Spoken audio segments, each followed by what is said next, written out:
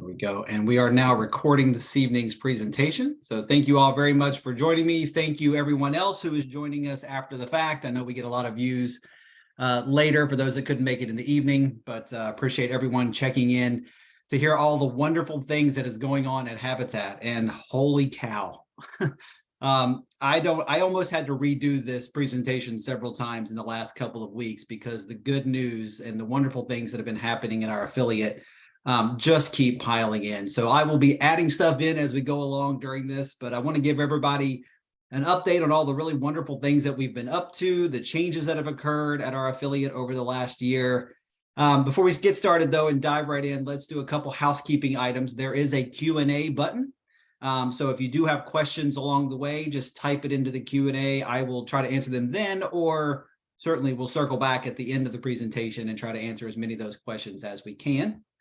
So you'll find that button up there. Everyone else, this is not a typical Zoom. This is a webinar. So sadly, it is one-sided.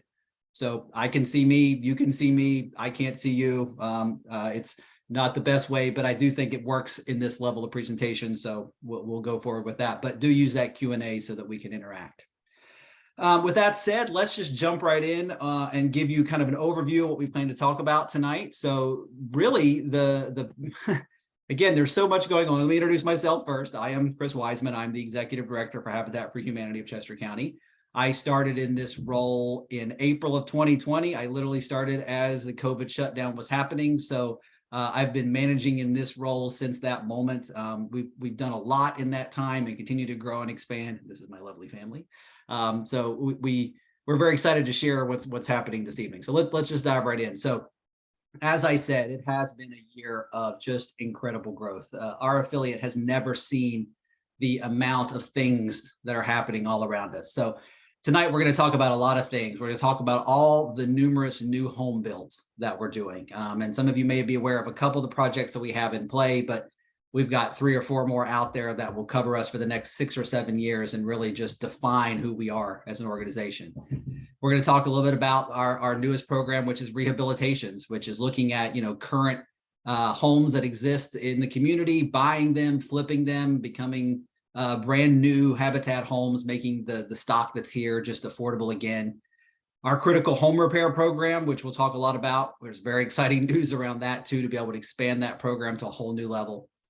And then a little bit about our new store in Phoenixville, neighborhood revitalization, and even more that has coming up that I didn't even have time to put into the presentation because it's been just happening at a rapid pace. So, well, let's just jump right in with the new home builds, which is really the bread and butter of what we do, and what makes it so exciting to come to work each day and see the fruition of the work we do. So, a couple things we're working on right now. First of which is our Cambria Terrace project. These are the homes in Coatesville up on the hill. Our final 4 houses are under construction. We expect those to be done in just a few more months, which means this 46 home community, one that we started several years ago, will actually come to a close, and we can't wait to celebrate that. So we haven't set the exact date yet. We got to make sure we have all of the homes completed and have our homeowners in there and settled, but we are planning for a spring of next year dedication. What does that mean?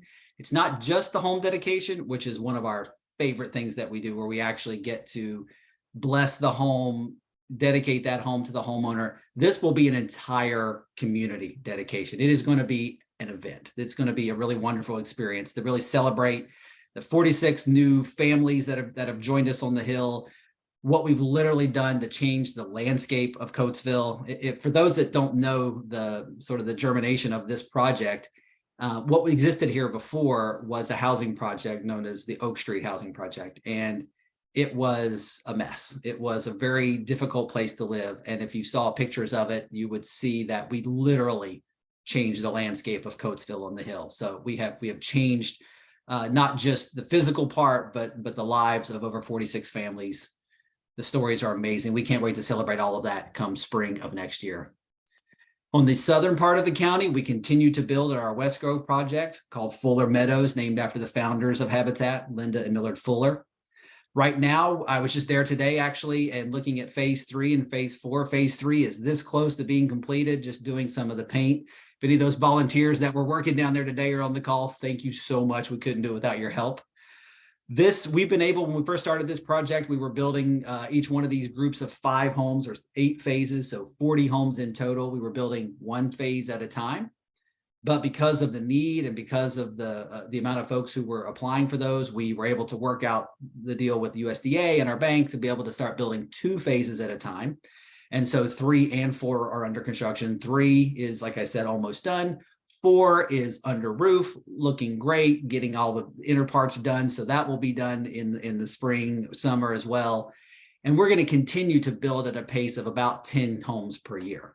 And that will push us out to a completion of this project in somewhere of 25, 26. So those 10 homes plus the other 4 that we're working on, that's at least 14 homes that we know that we're going to be completed. But there's more to come. So once we finish with the Coach Street project, the next one we're going to dive down to is another project in Coatesville. We call this the Coach Street Lumber Street project. There are actually 3 lots that will ultimately produce 6 homes. There's 1 home on Lumber Street, 5 homes on Coach Street. And we are still working through the process right now with the city of Coatesville just to get the final approvals, get the final subdivision plan made. These will also be very similar to the homes that we built in Cambria, single family homes. And we will start taking applications for these homes in the next few months. It's very exciting to continue to build in that area, to continue to provide affordable homes in a part of the county that we know needs it the most. So we will always be a part of Coatesville. And this will, again, will be our next project that we dive into, although we will be going through multiple projects at a time. As you'll see, we have more and more upcoming. So I'm going to pause for a second and just sort of give you, this is what we had in the works really since I kind of started. We were sort of finalizing coats and lumber. That came through early a couple years ago, right when I was coming in. We have kind of finished that piece up. Then we started with our volunteers and other key community members to help us with what we call Land Development Committee. And what became of that was an amazing group of volunteers, including some just wonderful volunteers on our board, who really came together and said, okay, let's look at the whole county. What are the opportunities for us to find different homes, different land for us to build on? And we were thinking 5, 6, years down the road and sort of acquiring stuff here and there. Well, as been the case with Habitat over the last couple of years, if we plan it today, it sometimes happens tomorrow because of the wonderful folks that are involved. And so the next set of things I'm going to show you are all things that have come to fruition in just this past year. Thanks to those wonderful volunteers being able to get out there, find out what's there, work with us, work with our developers, work with our supporters to be able to find these locations and continue to provide us the opportunities to create projects that are going to build new homes. So the first one I'll tell you about, which we could not be more excited about, is Foundry Street. So this property is located in Callan Township, which we're really excited about. Callan is just a wonderful area. It's right on the border of the city of Coatesville and the Callan Township. If you can see the map, it's a little small, but it's basically kind of right beside the Coatesville Area Hospital, below the VA hospital, which is up on top of the hill. This is a big hillside. And as I mentioned, it has 3 parts. The first section we have already purchased. It's the lower lot that's circled on the map here. We think we're going to be able to build anywhere between 6 and 10 homes. And what I'm maybe most excited about this particular section of Foundry Street is we're exploring a model that the county has been looking at, that folks all over the country have been exploring, called the missing middle. And when we think about housing, we think about sort of, there's on one end of the spectrum, high density apartments, and on the other end of the spectrum are single family homes.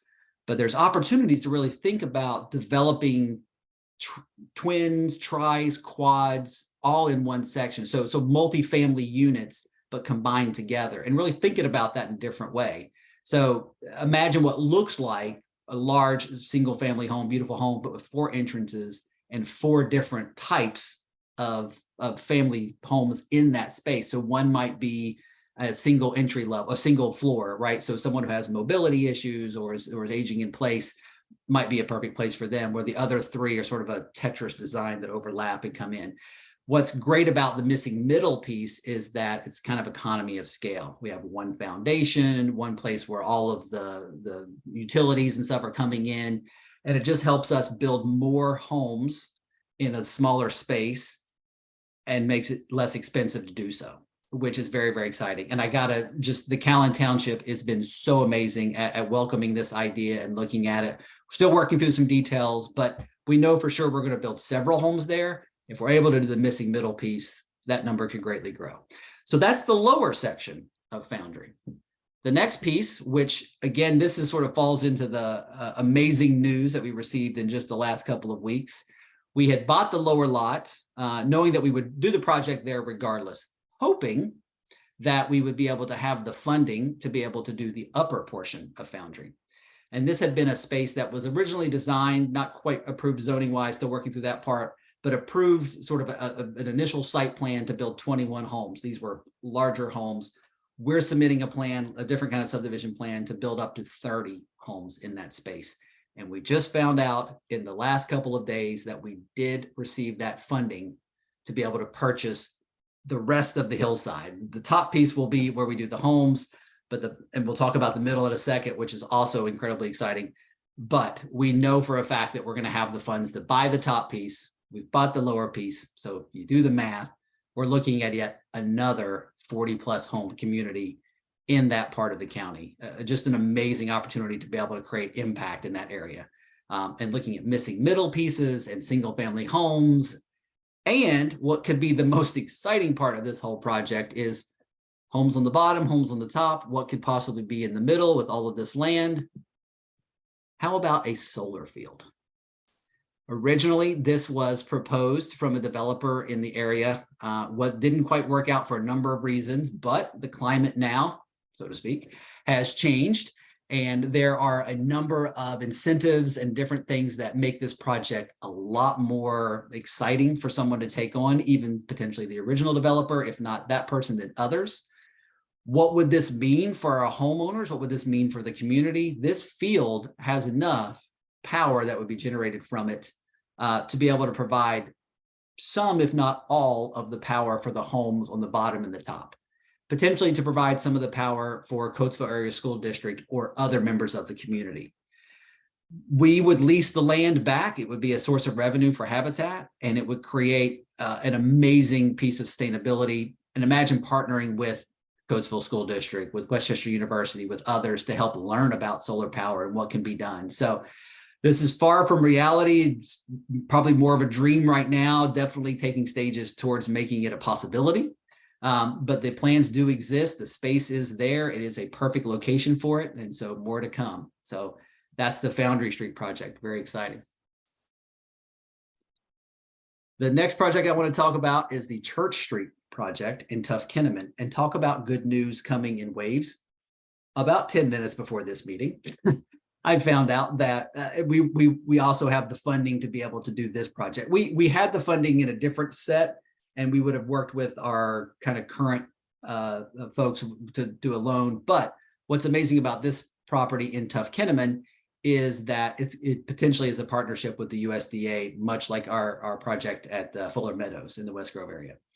So what that means is this could help us streamline this process to build these homes even faster. Now, in full disclosure, we've not gone to settlement yet, but I could not share about this amazing project because Tuff-Kinnaman is an amazing part of the county. It's just New Garden, and that township is wonderful. Again, very welcoming to what we need to do there. This project had been on the books with a different developer, so the subdivision pieces had been approved. There are 9 homes in total, much like our homes in the Fuller Meadows project in West Grove. They are single-family townhomes, a group of 5 and 4. For those in that part of the area, if you remember where the Brown Derby used to be, this is directly behind it. And so we think these homes will fit just perfectly in that community, just sort of built and waiting for that community to have that. So, and this one with this new announcement that we just found out literally right before this meeting, we'll have to be looking at now, oh my gosh, now that we potentially have that funding in hand, when do we start building this one? And there's more. So the struggle for us right now, call it a struggle, is really just figuring out the order of when we're able to do all of these builds. Because we have some funding to at least get started, we need a lot more funding to be able to build and to get through to the end. We'll talk about that in a minute. But the projects are now lining up for all of our new homes. And so before I talk about rehabilitations, I just want to focus in on what that means and how that has changed for our affiliate. So when I first started, we were building 2, 3, maybe 4 homes a year at most. With all of these new projects in place, we are going to move to a pace where we are building 14, 15, as many as 16 homes a year. I knew enough to Habitat that I didn't know how big a deal that was, again, until today, and meeting with some of my peers in the area. We are now becoming in kind of that top tier affiliate in the country with the amount of new builds that we're doing. We are bigger than all of our surrounding affiliates in this aspect, which is amazing. And we just simply couldn't do it without the amount of wonderful support we get from our volunteers, from the county, from other sources of revenue. It's amazing. So we're going to build 100 new homes over the next 7 years. The county has a goal to build 100 homes a year of affordable homes. We're going to be 15 to 16% of what that looks like in the county. And that's a pretty amazing thing to be able to say. And I'm just blown away by the opportunity to be able to serve in that way. So let me just check and see if there's any questions along the way. Not yet, which is good. I'll assume that we're just blown away as much as I am about what's happening. Let me switch gears a little bit. So not only are we doing new builds, but as I mentioned at the beginning, we are starting what's called rehabilitations. And what this is kind of like, think of your flipper, right, of homes. And we are terrible at flipping homes. I say that because we're going to buy them, fix them up, and lose money on every deal. So we're going to underwrite the cost of what that looks like, just to make sure that we're turning these homes back into high quality, affordable Habitat homes. So kind of an amazing piece, right? There's a good question that just came up, what I'm going to answer in just a second, about how we're gearing up to do all of these things. That was a question we had actually before we even started. So great question. Hold on to that for just a minute. So on the rehabilitation side, what's exciting is that we already have our first 2 homes that we have purchased. It was actually, again, I was here this morning. This one is 125 Edge Hill Avenue. It's also in the West Grove area. It's a part of a twin. An amazing property that we bought, walkable, right close to the borough. Very cute place. We are excited because, again, we're going to come in and we are going to take out the inside, kind of gut it a little bit, and then turn it into what is the equivalent of a very high level, affordable, but high quality Habitat home.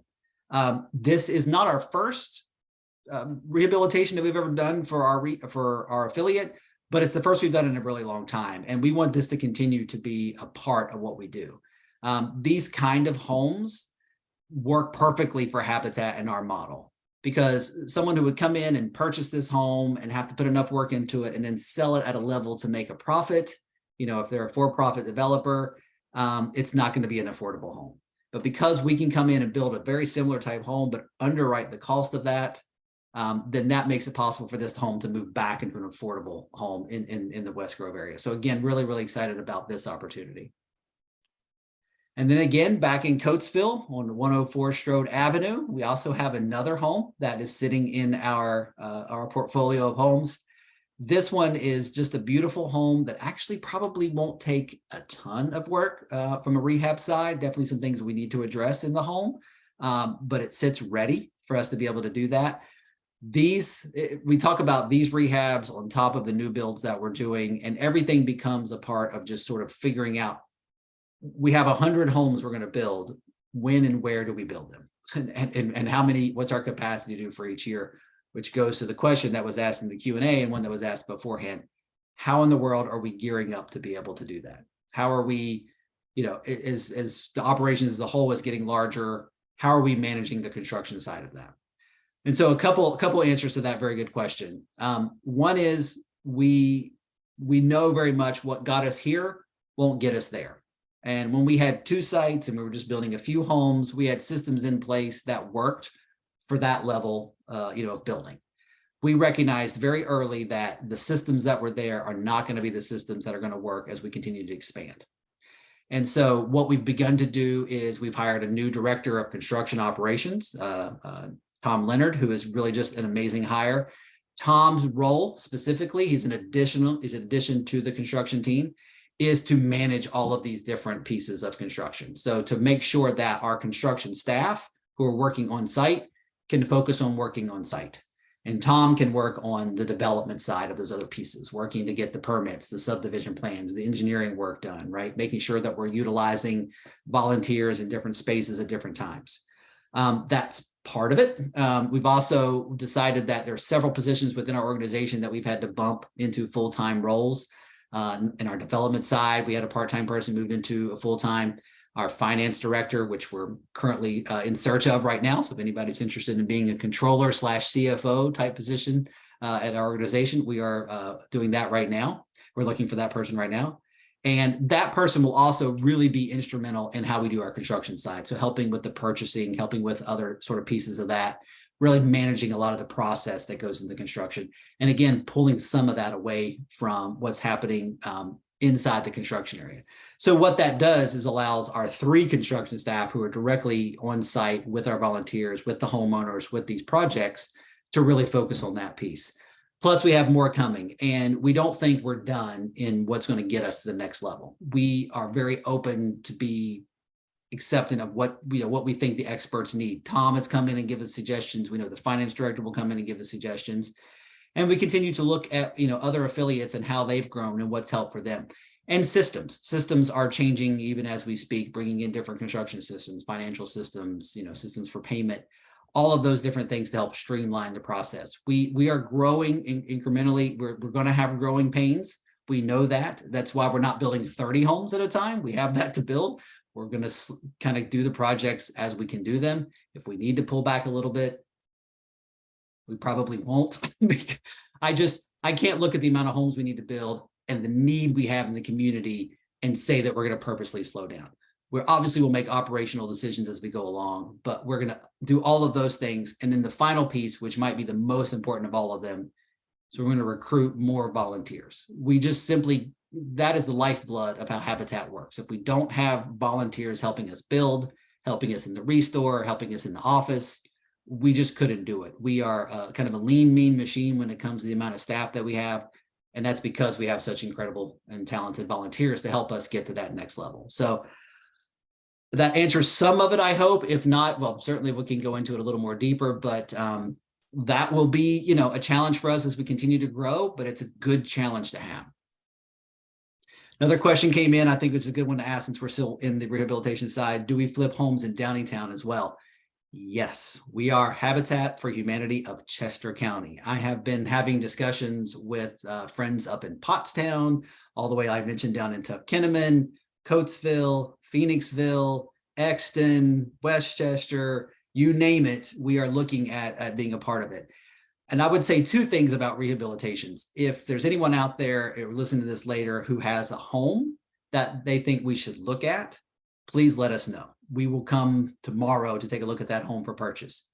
If you have a potential homeowner who lives in a certain part of the county, also connect them with us, because we will fight for them if they want to live in Pottstown, because that's where their work is and that's where their family is and they need affordable housing. We will fight to find a home for them in Pottstown as well.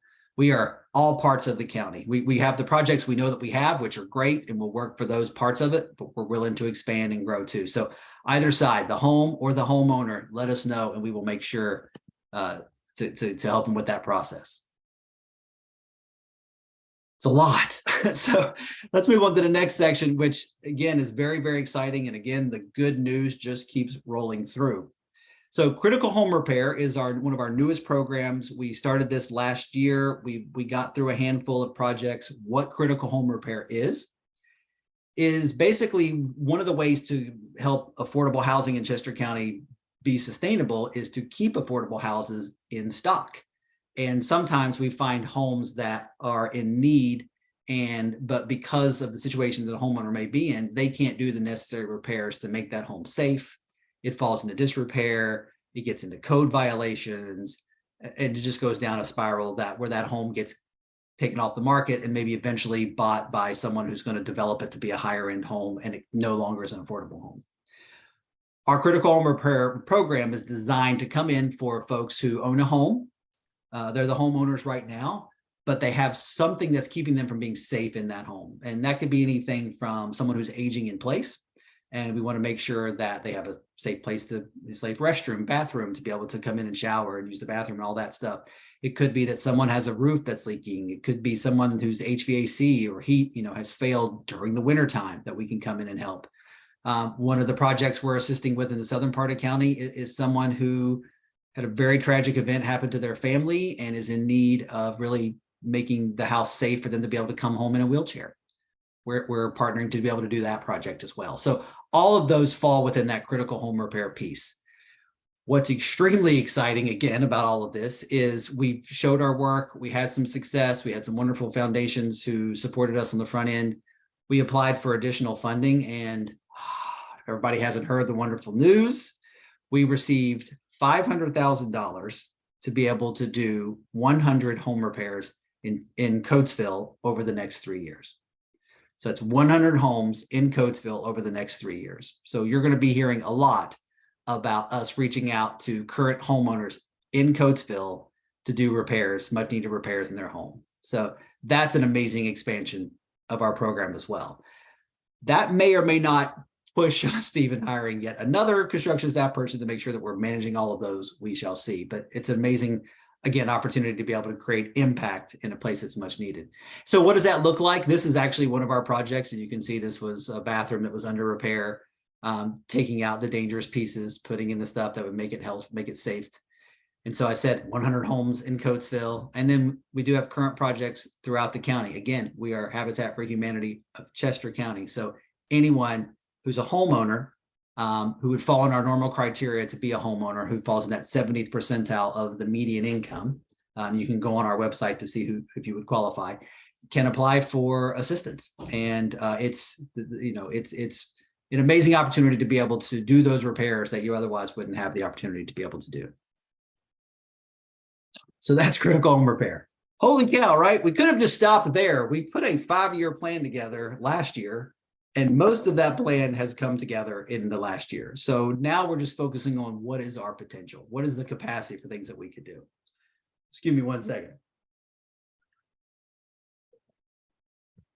Well, a part of all of this is how we fund these opportunities, and they come in multiple different ways. One of the most important is our ReStore. And we did an entire executive update on the new ReStore. We started again this process just a couple of years ago, thinking that it would be a multi-year project. Again, pretty amazing, wonderful volunteers who helped us find the perfect space to open a second ReStore in the Phoenixville area. And so for those that don't know the mission of the ReStore, it actually has a separate mission even from that of Habitat. Of course, its main mission is to make sure that it provides funding to the bottom line for us to build houses. Critically important to generating the revenue that we need to be able to do all the work that we're doing. Also, it has a core mission around sustainability. There is hundreds of tonnage of product, home goods, that we redirect from landfills and trash that would otherwise, just be something that was thrown out and never have a home again. And so folks, we come and pick it up in our trucks. They schedule pickups all throughout the entire county, or people come to the stores themselves and drop them off and donate them, and we resell them. And this is a look inside the Callan ReStore. We're very excited about Callan right now because they continue to just do gangbusters as far as sales. It was one of those concerns when we opened a new store, would our original store be able to sustain that amazing level of sales they've been doing over the last several years? And somehow they have. So just a giant shout out to Casey and her team at the Callan store who continue to just knock it out of the park.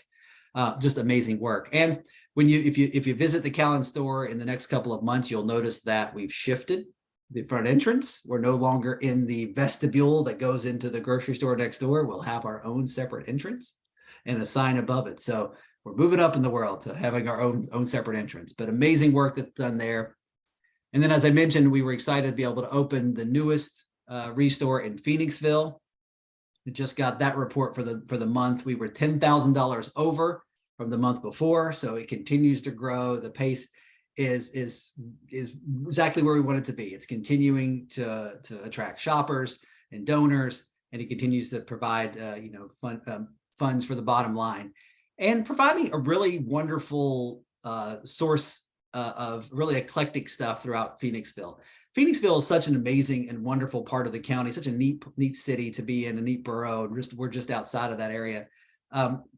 As people, we always get the ahas when people come in and see the Phoenixville store. They had no idea that this is what it looks like, and this is what we do, and this is what they can sell.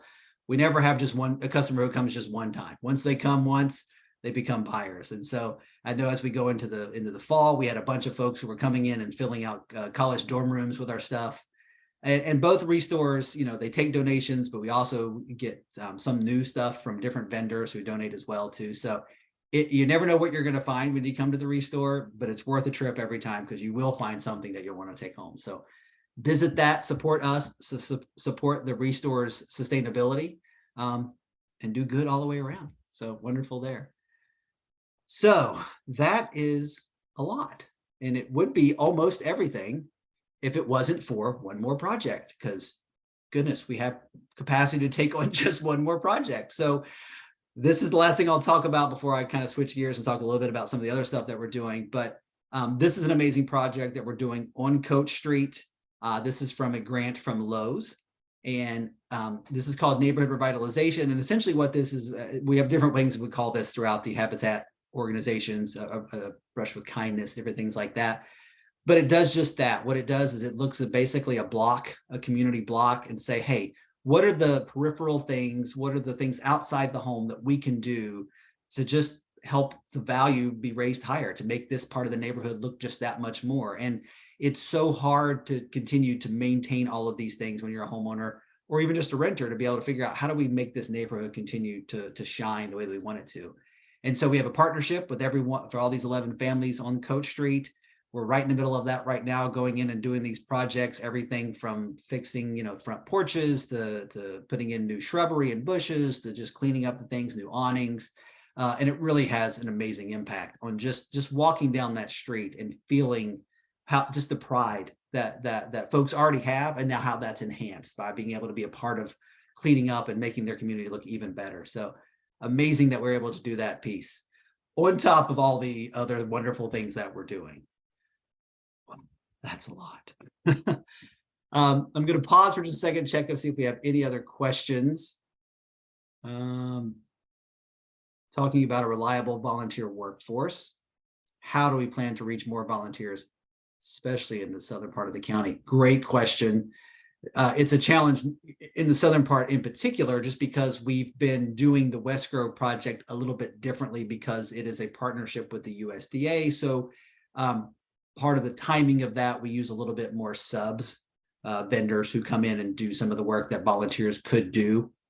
And that's a hard balance for us, because we could certainly build homes quicker if we only used outside vendors to be able to do some of that work, but it would certainly cost us a heck of a lot more. So it's a balancing act to say, how much work can we let volunteers do? Do we have enough volunteers to do that work versus doing the subs? And so that's the balance we will continue to do.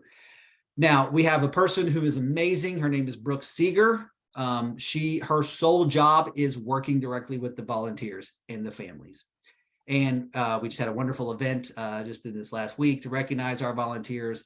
And Brooke has done a number of things, reaching out to churches, reaching out to other nonprofits, to a bunch of other groups in the southern part of the county. She lives in the southern part of the county, and so knows those areas quite well. We're getting the word out more and more that we need it. What's nice is that success breeds success, and volunteers are bringing other volunteers in. We are nowhere near what we're going to need for the volume of volunteers, but we're going to continue to reach out to those places. I continue to, at every place I can go, I'm presenting at the Longwood Rotary and, in the Southern Chester County Chamber and different places of where those volunteer opportunities lie.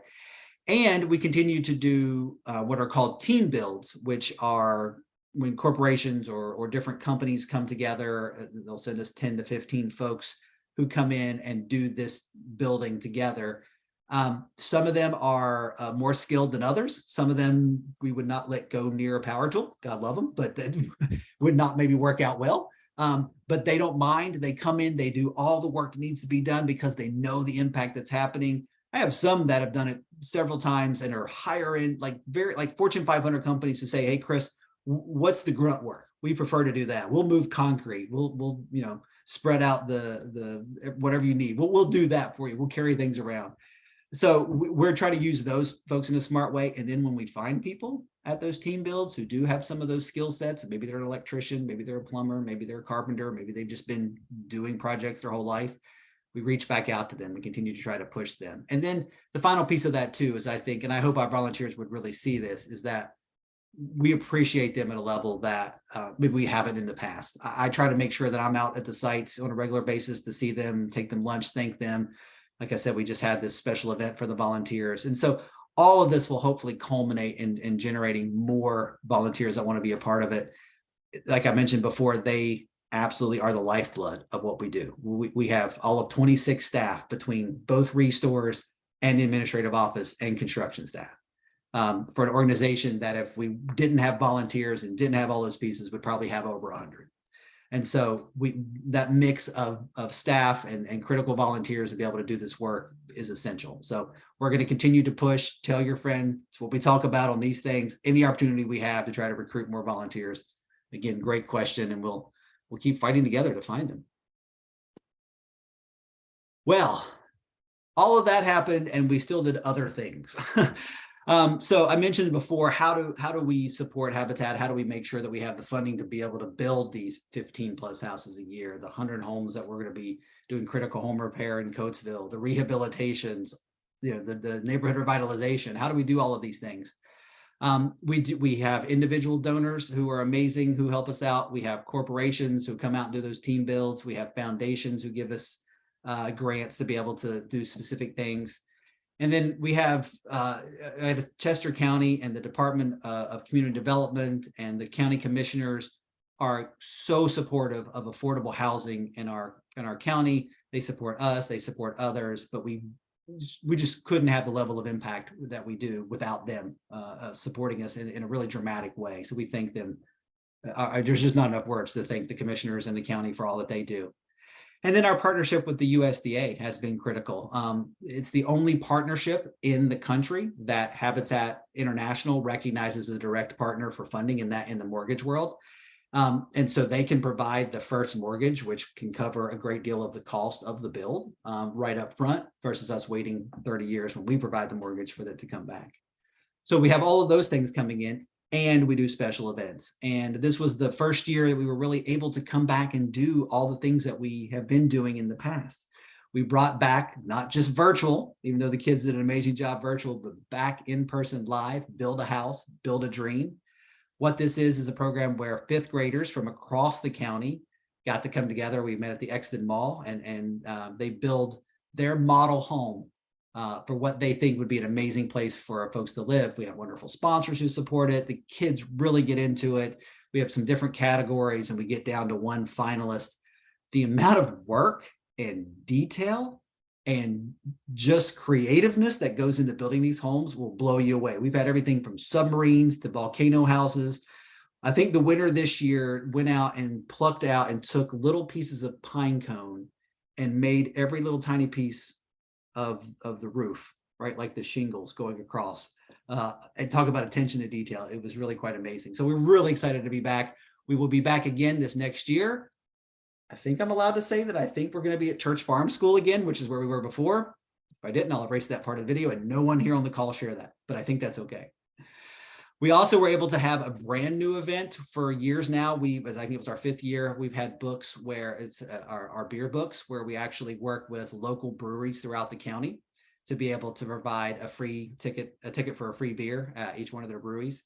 We leveraged that to have those folks come out, and we had our first annual Hops for Homes event, which was a huge success. We were in the Exton Mall, and it was plenty of space, and we had a lot of great vendors who came out.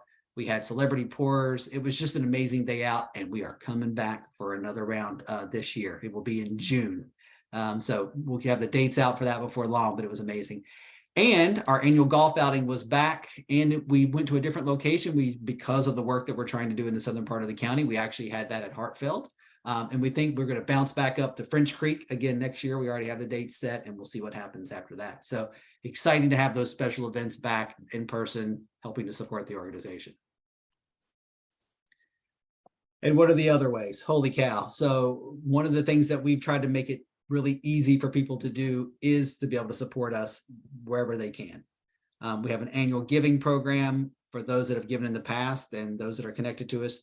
That will be coming out in the next couple of weeks. You're going to see an actual mailer to your house with an envelope. Please give and help us out with that. We started a new program this year called the Square Foot Club. So it's like a monthly giving program for those. And it's really nice if you want to give a larger gift, but can't give it all right now. You can think about giving 1 month at a time. So to make that impact over the year a lot larger. Of course, planned giving for those that want to name us in a will or in other, forms like that once they pass away, to make sure that their legacy is continued, passed on. I mentioned the corporate giving, the sponsorships, the team builds. There's also a program called Cars for Homes, which is what it sounds like. You probably heard in other places, people can donate their cars and they get value, especially right now with the value of the cars. This is actually a significant source for us. It's managed by Habitat International, so we don't even really have a lot to do with it, but they manage the program and send the funds back to us. So all of these things can be found on our website. Last couple of things I'll mention, of course, you can give for the ReStore by donating, by purchasing. We've even opened cryptocurrency for folks to be able to give that way. And then coming up in a couple of weeks is a really important event, Giving Tuesday, which we have a very generous donor that matches most of what comes in on Giving Tuesday. So another great time to give and make that impact even greater. So holy cow, how in the world have we managed to do all of this? Well, it's been done by the amazing generosity we have of our donors, of our volunteers, of a board that has set a vision and has led in ways that we never thought were possible to be able to create what we're doing right now.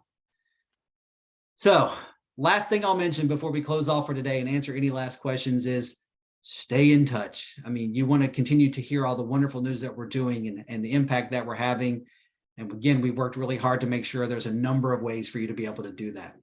First and foremost, visit our website, hfhcc.org. Most of these things that you're seeing on the screen here, you can link from there to find out about our newsletter. So make sure you sign up for that. It comes out. We have both a monthly newsletter that's digital, and then we have a quarterly newsletter that comes out live as well.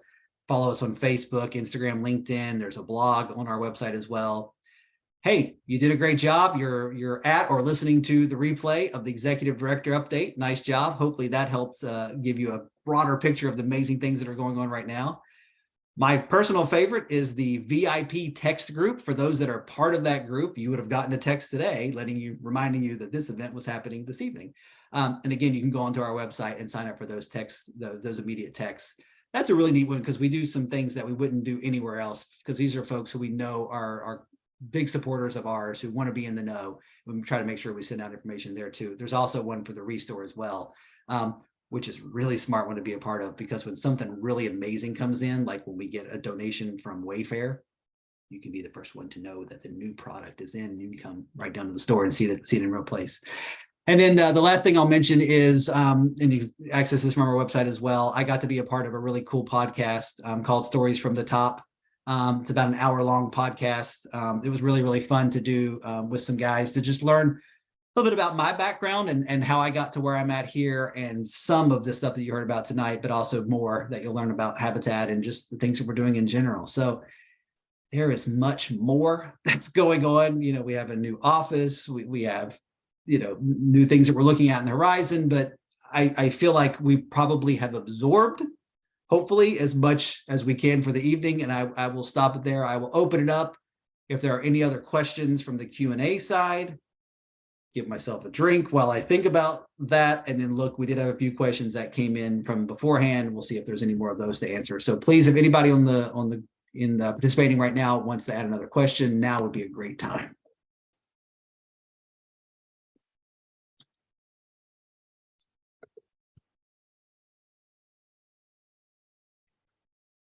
And maybe you're just being kind to me and not putting any more questions out because you can hear my voice starting to fade. Well, if there are no more questions, I will wrap it up for the evening. Thank you all very much for joining me for this update. Thank you for those after the fact who are watching it. There are more ED updates on our website. You can go to our YouTube and see that as well. We try to do different things at different times. This one was a larger overview, but if you ever want to learn more specifics about how the ReStore works, or what we do with volunteers, or meet our staff as a whole, all of those are there as well. It's been an amazing year for Habitat. It continues to grow and expand, and to make this opportunity possible for as many families in Chester County. So again, thank you all very much. Have a great rest of the evening, and thank you for supporting Habitat. Take care.